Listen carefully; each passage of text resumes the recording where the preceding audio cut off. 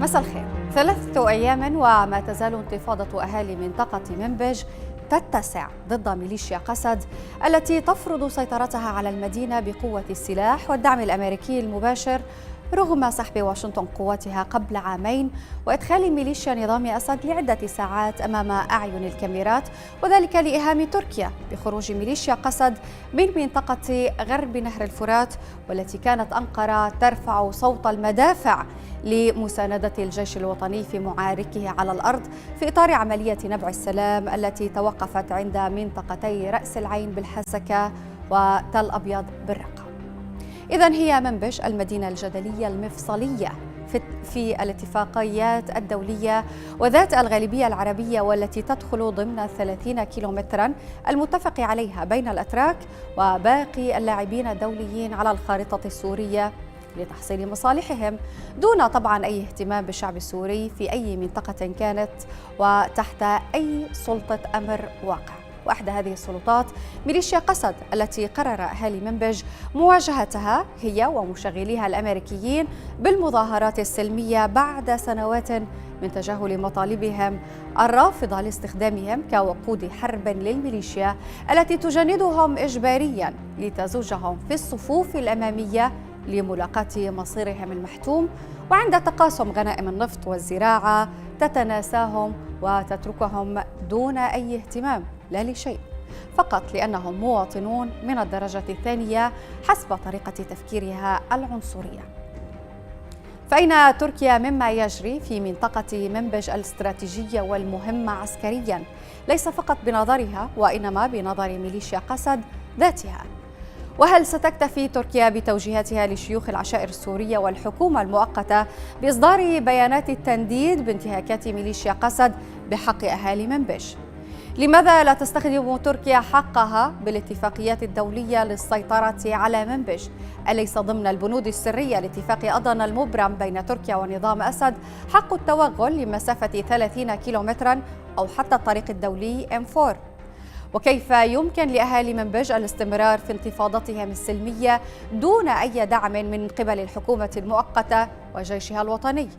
أليست منبج أقرب وأولى بالتحرير من ليبيا وأذربيجان؟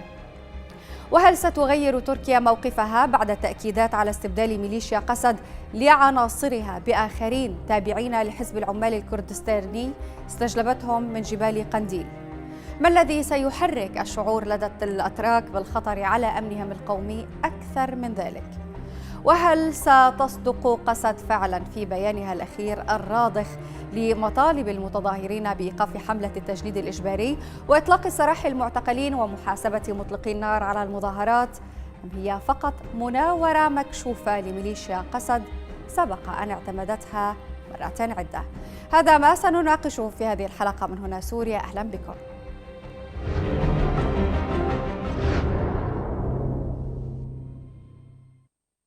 أهلا بكم مجددا. تستمر المظاهرات في مدينة منبج والبلدات والقرى المحيطة بها لليوم الثالث على التوالي ضد ميليشيا قسد. المزيد في التقرير ونعود للنقاش. يبدو أن مظاهرات منطقة منبج خرجت من يد ميليشيا قسد التي تستبدل جميع عناصرها العرب بعناصر من حزب العمال الكردستاني استجلبتهم من جبال قنديل في محاولة لقمع المظاهرات، وفي تأكيد جديد أنها قوة احتلال غريبة عن المنطقة. الأهالي والناس يعيشون أوضاع اقتصادية صعبة. من جهته صرح الناطق باسم مجلس منبج العسكري شرفان درويش أن أسباب المظاهرات في منبج هي الأوضاع الاقتصادية الصعبة، مضيفا أن مطالب المتظاهرين تسلق عليها من وصفهم بجهات مرتبطة بالخارج بهدف إدخال البلد في حالة فوضى. إلا أن أهالي منبج لم يخرجوا بسبب الأوضاع الاقتصادية التي تدعيها ميليشيا قسد، وإنما سياساتها وعنصريتها الواضحة ضدهم واعتقال أبنائهم لتجنيدهم إجباريا في صفوفها ودفعهم ليكونوا وقودا لحروبها غير الوطنية.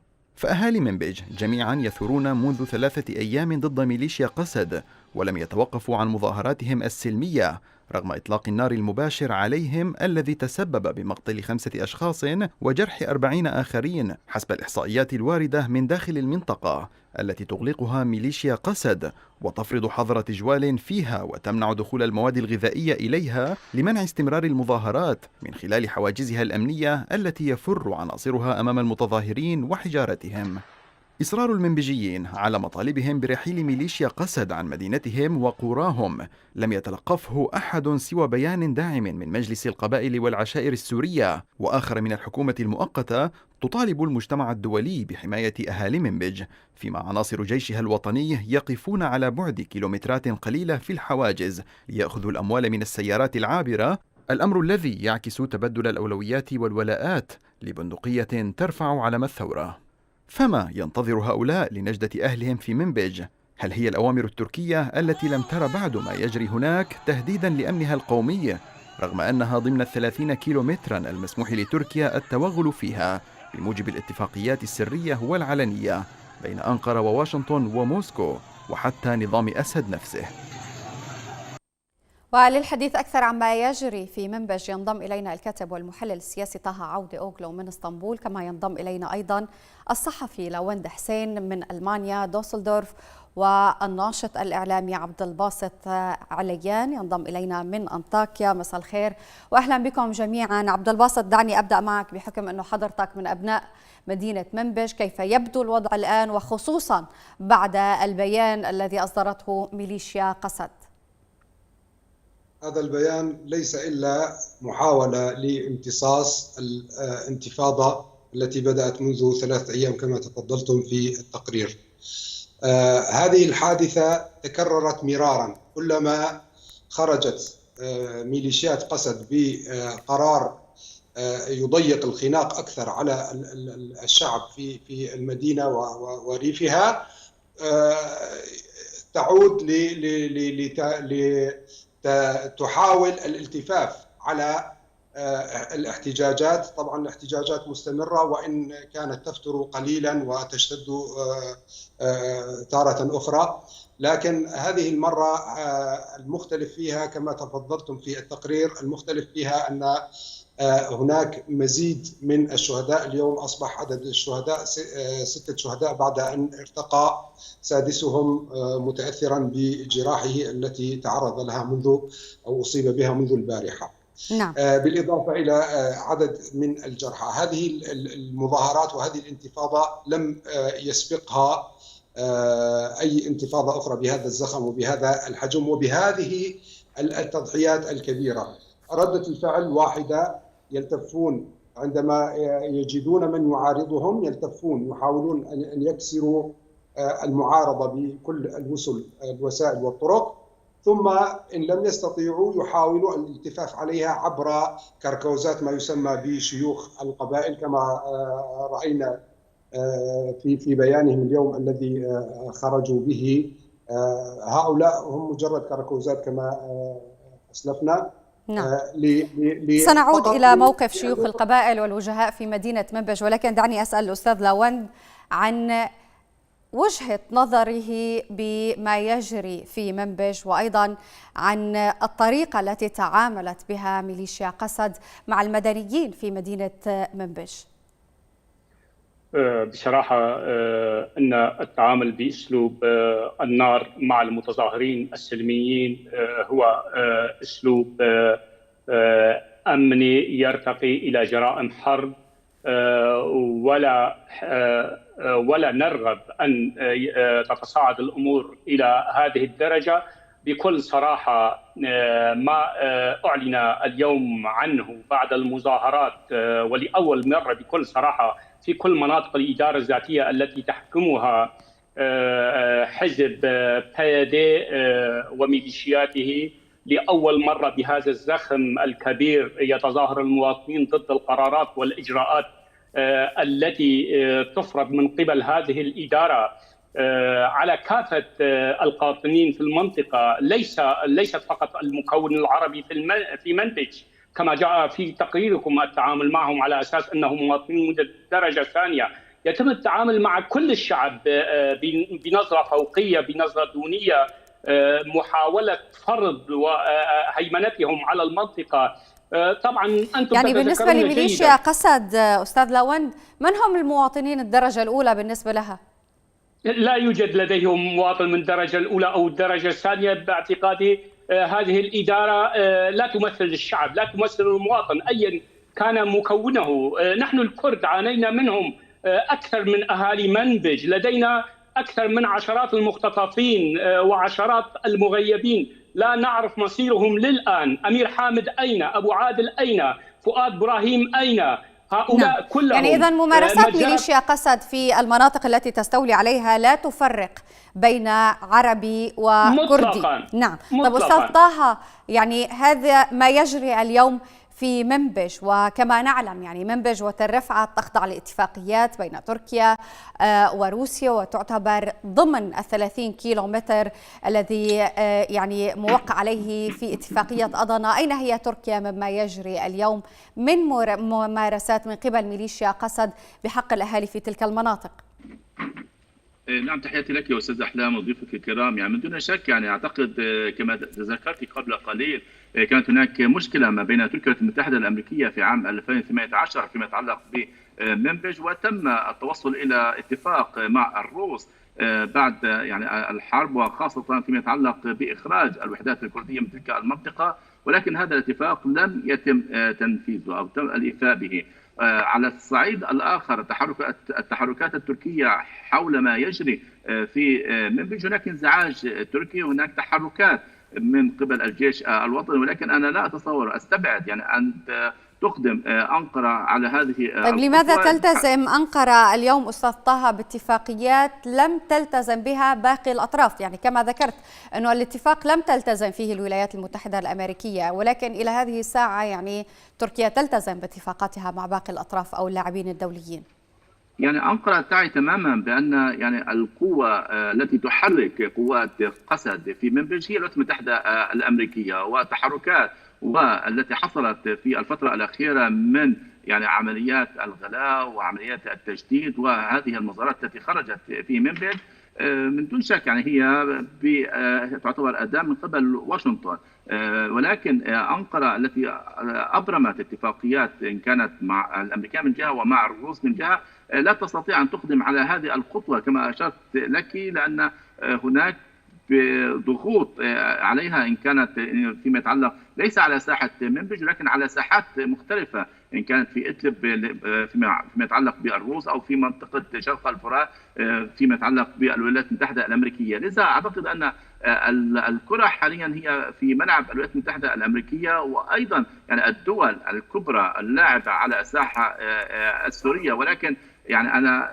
لا أعتقد يعني أن أنقرة سوف تصمت كثيرا حيال ما يجري، وخاصة تحدثنا عن أن هناك معلومات أو تسريبات تتحدث عن أن من الممكن تسليم هذه المنطقة للنظام السوري، وهذه كان مرفوضا من قبل تركيا قبل فترة، وتصريحات كانت واضحة من قبل الرئيس التركي رجب طيب أردوغان فيما يتعلق بهذه القضية. لذا أعتقد أن أنقرة هي تتابع عن كثب ما يجري على ساحة منبج، وخاصة فيما يتعلق بهذه التظاهرات، وأيضا فيما يتعلق بتفاهماتها واتفاقياتها مع الدول الكبرى. نعم أستاذ عبد الباسط، يعني اليوم هل سبب هذه الانتفاضة الشعبية في منبج هو فقط القرارات الأخيرة التي تتعلق بفرض التجنيد الإجباري في مناطق يشكل 90% من قاطنيها عرب بالنسبة لميليشيا قسد، أم هنالك أبعاد أخرى لهذه الانتفاضة الشعبية؟ أولا بالنسبة لما تفضلت به أن نسبة القاطنين من العرب تتجاوز 95%. نعم. طبعا ليس لهذا السبب قامت الانتفاضة وانطلقت واتسعت حتى وصلت القرى. قامت لأسباب عديدة. هناك احتقان كبير جدا منذ اللحظة الأولى لوصول ميليشيات قسد إلى منبج. أولا بدأوا بتجنيد النساء قبل أن يصلوا إلى منبج، وجندوهن عنوة رغما عن أهاليهم. أيضا جندوا الشباب. أيضا بعد أن استقرت أوضاعهم فرضوا الضرائب الباهظة التي تصل إلى أكثر من 50 في بعض الأحيان على كل القطاعات الاقتصادية في المدينة. أيضا قضية المنهاج، فرض المنهاج باللغة الكردية. نحن في مدينة منبج وفي طبعا في كل المناطق التي تحتل من قبل قسد، نحن عرب، في غالبيتنا عرب. لماذا تفرضون علينا هذا المنهاج؟ لماذا تفرضون علينا إيديولوجيا أوجلان؟ نحن شعب عربي يتمتع بإرث تاريخي وإرث ديني مختلف عما جئتم لتفرضوه علينا. فهناك الكثير من الممارسات التي كان من شأنها أن تزيد الاحتقان عبر السنوات الخمس لاحتلال قسد لمدينة منبج. هذه أبرزها، لعلها تكون مؤشرا أو تعطي صورة كافية عن الأسباب البعيدة لانتفاضة مدينة منبج. نعم أستاذ لوند، هنالك يعني كما ذكر عبد الباسط قبل قليل في معرض جوابه الأول عن البيان الذي أصدرته ميليشيا قسد، هنالك حالة من فقدان الثقة بسلوك ميليشيا قسد بالبيانات التي تصدرها. لماذا وصل الحال إلى ما هو عليه اليوم في المناطق التي تستولي عليها هذه الميليشيا؟ ولماذا لم تكن أو لم تطرح نفسها يعني كسلطة أمر واقع فيها الحد الأدنى من الوطنية؟ نعم، بصراحة من يحكم المناطق التي تحميها قوات سوريا الديمقراطية هي الإدارة المدنية الذاتية، والإدارة التي تحكم منبج هي إدارة من أهل المنطقة. لذلك كان استجواب قوات سوريا الديمقراطية ممثلا بالمجلس العسكري في منبج إدارة سواء مع وجهاء العشائر العربية في المنطقة توصلوا إلى اتفاق لتلبية مطالب المتظاهرين، وهذا بصراحة هذا إيجابية فجل للإدارة الذاتية، ولدينا خبرة في هذا المجال. قبلها تم إلغاء القرار 119 الصادر عن الإدارة الذاتية بخصوص تسعيرة المحروقات، وهذا ما كنا قد استضفناك عليه أستاذ لوند، ولكن هي تماما لم تقم بإلغائه. هنالك يعني مصادر تتحدث عن أنه تأجيله امتصاصا لغضب الناس. دائما ما تقوم ميليشيا قسد بإجراءات لامتصاص غضب الشارع، ولكنها لا تنظر للشارع بعين الاعتبار بشكل جدي. سيدتي، بما أنه تم إلغاء القرار ويتم بيع المحروقات بالأسعار القديمة، إذن فالقرار ملغي. أن يتم إصدار قرار آخر هذه مسألة أخرى.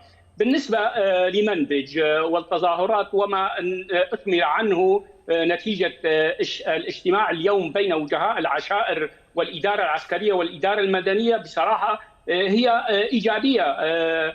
أما بالنسبة للمناطق الأخرى المسألة تختلف جدا. يعني هي إيجابية إن تم الالتزام بها. سؤالي كان أنه هنالك تشكيك أصلا بالالتزام ونتمنى التقيد بالقرارات التي صدرت عن هذا الاجتماع. نعم أستاذ طه، يعني في حديثك ذكرت أنه اليوم ما يجري في منبج، يعني كما نعلم أن قوات سوريا الديمقراطية مدعومة أمريكيا والكرة في ملعب الأمريكيين كما وصفت حضرتك، ولكن ما ذكرته يتزامن أيضا مع تصريح الرئيس أردوغان اليوم بأنه العلاقات التركية الأمريكية هي علاقات متدهورة. هل ما يجري اليوم في منبج يتعلق بحالة الضغط الأمريكي على تركيا؟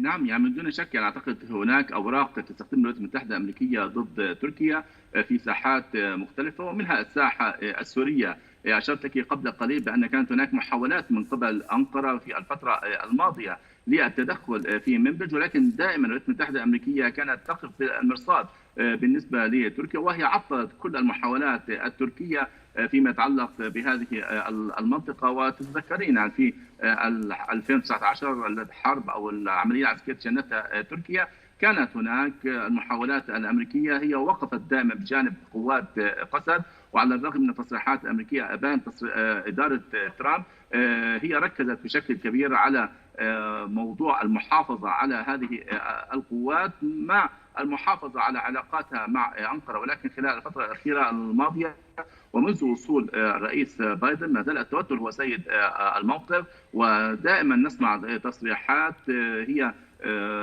تضر طيب يعني أستاذ طه، التوتر سيد الموقف بين الولايات المتحدة الأمريكية وتركيا على حساب الشعب السوري اليوم؟ من دون شك يعني اعتقد يعني اي توتر يعني نحن كنا في السابق نتحدث اي توتر في العلاقات التركيه السوريه في ساحات مختلفه هي تنعكس بشكل سلبي على الساحه السوريه وخاصه على السوريين، وهذا ما تابعناه خلال العامين الماضيين على ساحات مختلفه وخاصه في ادلب تتذكرين. وايضا الان اي توتر في العلاقات التركيه الامريكيه هو يكون له تاثير، وخاصه هناك يعني ترابط بين البلدين في هذا الملف السوري. يعني حاليا نتحدث بكل صراحه بان الساحه السوريه هي تحولت الى صراع اقليمي دولي كبير، والخاسر الاكبر هو الشعب السوري، وخاصه تحدثنا عن ان هناك جهات معارضه داخل سوريا هي الى حتى هذه اللحظه لم تستطع او لم تقدم اي شيء للثوره او للشعب السوري. وكما اشرت لك هي الكره هي في ملاعب الدول الكبرى، وهي التي تحرك هذه القضيه وهذا الملف بشكل كبير، واي هناك خلافات واي هناك مصالح واي نفوذ هي تكون دائما على صالح او مصلحه الشعب السوري. نعم. أستاذ عبد الباسط، اليوم يعني ما هي إمكانية أهالي منبج الاستمرار بانتفاضتهم الشعبية ضد ميليشيا قسد؟ أعتذر عن الخلل. ولا يهمك. عم تسمعني أستاذ عبد الباسط؟ نعم أسمع. نعم. ما هي إمكانية أهالي منبج اليوم أن يستمروا بانتفاضتهم ضد ميليشيا قسد وممارساتها في المنطقة؟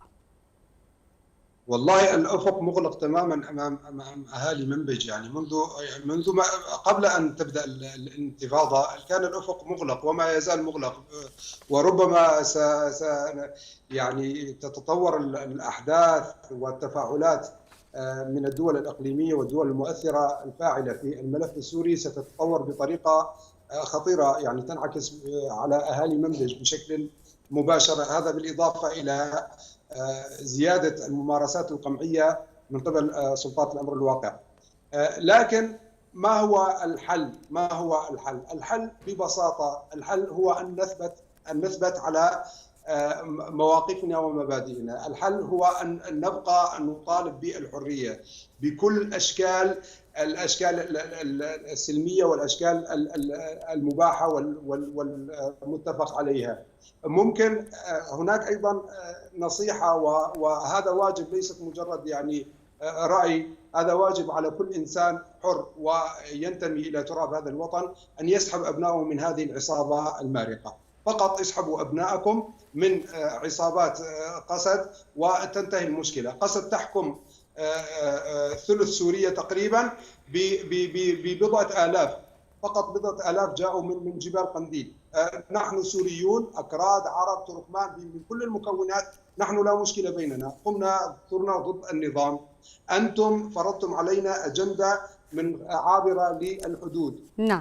طب بالحديث عن الأجندة العابرة للحدود اللي ذكرتها، أنتقل بالنقطة للأستاذ لاوند.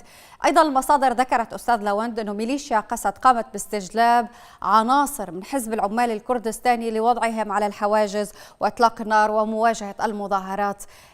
إلى أين تتجه المنطقة في ظل هذا النوع من التصعيد من قبل ميليشيا قسد؟ وكما نعلم يعني حزب العمال الكردستاني مصنف إرهابي، وتركيا لديها مخاوف أمنية في ظل وجودهم واقترابهم من حدودها.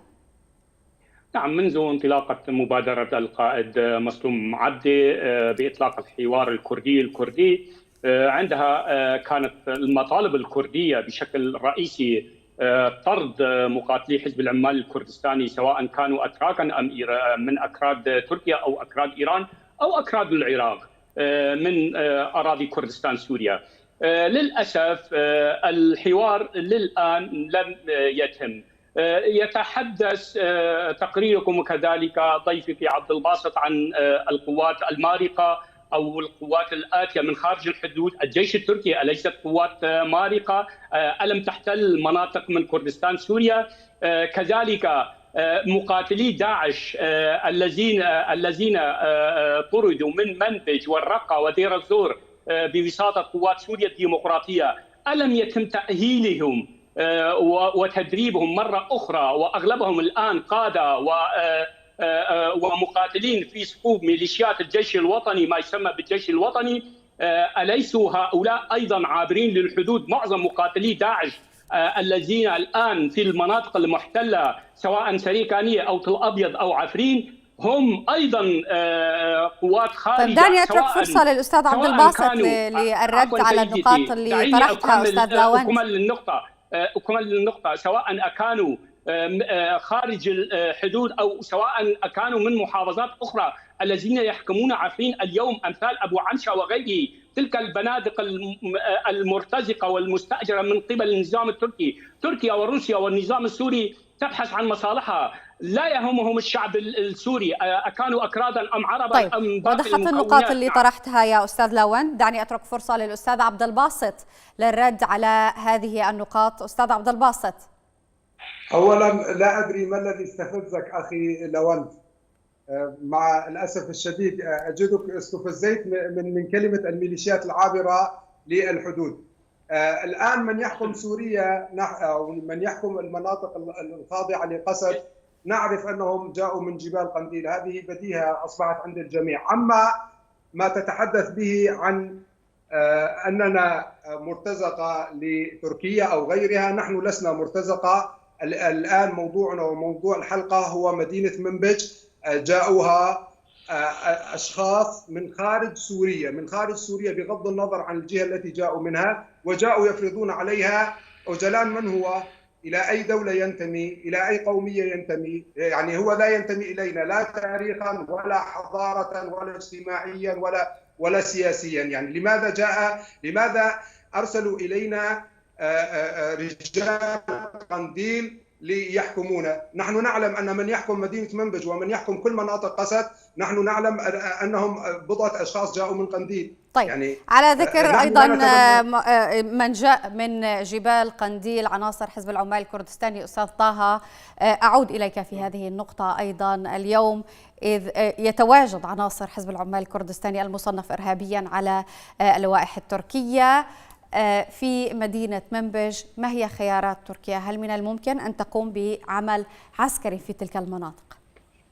يعني تركيا حاليا تقوم بعمليات عسكرية ضد عناصر حزب العمال الكردستاني، وهذه العمليات كما تابعت خلال الفترة الأخيرة الماضية في شمال العراق، وتهدف إلى الوصول إلى جبل قنديل، وهذه معناه هي قطع الطريق المار إلى قوات سوريا الديمقراطية أو القوات الوحدات الكردية في سوريا. يعني حاليا الخطوات التركية التي تقدم عليها بدأتها من شمال العراق، وفي العام قبل الماضي كما تتذكرين العمليات الشنة في نبع السلام كانت هي تهدف إلى قطع أوصال هذه المنظمة الإرهابية. لذا أعتقد أن أنقرة لن تسمح في يوم من الأيام يعني أن هناك أن يصل نفوذ هذه القوات، وحتى لو كانت يعني استمرار الدعم الأمريكي أن يكون يمثل تهديدا للأمن القومي التركي. قالت أكثر من مرة على لسان كبار المسؤولين بأنها لن تقبل، وحاليا ما يجري في شمال العراق ممكن أن يكون هو مشابه أيضا في مناطق أخرى داخل سوريا. سألنا أيضا متابعينا على وسائل التواصل الاجتماعي أنه هل تتوقع أن تشن تركيا عملية عسكرية جديدة في منطقة منبج شرق حلب ضد ميليشيا قسد، وذلك في ظل استمرار المظاهرات فيها؟ الإجابات كانت ترى بنسبة 65% أنه نعم من المتوقع أن تقوم تركيا بعملية عسكرية، وبنسبة 35% لا تتفق مع هذه الرؤية. أستاذ لاوند أترك لك التعليق على نتيجة الاستطلاع. بالنسبة للاستطلاع بصراحة أن تركيا لن تستطيع القيام بأي عمل عسكري دون اتفاق ما بينها وبين روسيا وإيران والأمريكان بضوء أخضر أمريكي. هناك اتفاقيات ما بين تلك الأطراف، كل طرف يبحث عن مصالحه، تركيا تبحث عن مصالحها، لا يهمها الشعب السوري وكذلك إيران وكذلك تركيا. المعارضة دوما تتهم إيران بأنها موالية للنظام السوري، نفس تلك الدولة هي ترتبط مع تركيا بعلاقات استراتيجية واتفاقيات في الشأن السوري. أستاذ عبد الباسط، تعليقك على الاستطلاع وما جاء فيه. أنا ممكن أرجع شوي إلى كلام باختصار يعني. باختصار لو سمحت. نعم باختصار. نحن بالمناسبة نحن كثورة وأبناء مدينة منبج الثوار قدمنا أكثر من 500 شهيد في قتال داعش قبل أن تتشكل ما تسمى بميليشيا قسد. هذا واحد. اثنين، نحن لم نأتي من خارج الحدود، نحن هربنا منكم ومن إجرامكم، يعني نحن لم نخرج طواعية. طيب، بالعودة إلى الاستطلاع، يعني بتمنى أنه تكون وضحت وجهة نظرك بدون تجريح. بالعودة إلى الاستطلاع، بنسبة 65% يتوقعوا أنه تركيا من الممكن أن تقوم بعملية عسكرية في منطقة منبج. ما تزال خارطة التفاهمات والتحالفات في المنطقة معقدة، وأظن أنها ليست في صالح تركيا، ولذلك لن تخدم تركيا طبعا، وبسبب تبدل أولوياتها. طبعا هي دولة ولها مصالحها ولا نبرر لها ذلك أيضا يعني. نعم. لذلك نحن نعتمد على أنفسنا ونعتمد على يعني شعبنا فقط بغض النظر عن أي أجندات. طيب أستاذ طه، تعليقك على نتيجة الاستطلاع؟ يعني أنا أستبعد في الوقت الراهن قيام أنقرة بعملية عسكرية في منبج، خاصة أن هناك لقاء مرتقب ما بين الرئيس أردوغان وبايدن منتصف الشهر الجاري، وعلى ضوء هذا اللقاء سوف تتضح ملامح السياسة التركية في ملفات وساحات مختلفة ومنها الساحة السورية. شكرا جزيلا لك الكاتب والمحلل السياسي طه عودة أوغلو، كنت معنا من اسطنبول. الشكر أيضا للصحفي لوند حسين، كان معنا من دوسلدورف في ألمانيا، وأيضا أشكر الناشط الإعلامي عبد الباسط عليان، كان معنا من أنطاكيا. بهذا مشاهدينا نصل إلى ختام هذه الحلقة من هنا سوريا، أعود ألقاكم غدا بإذن الله.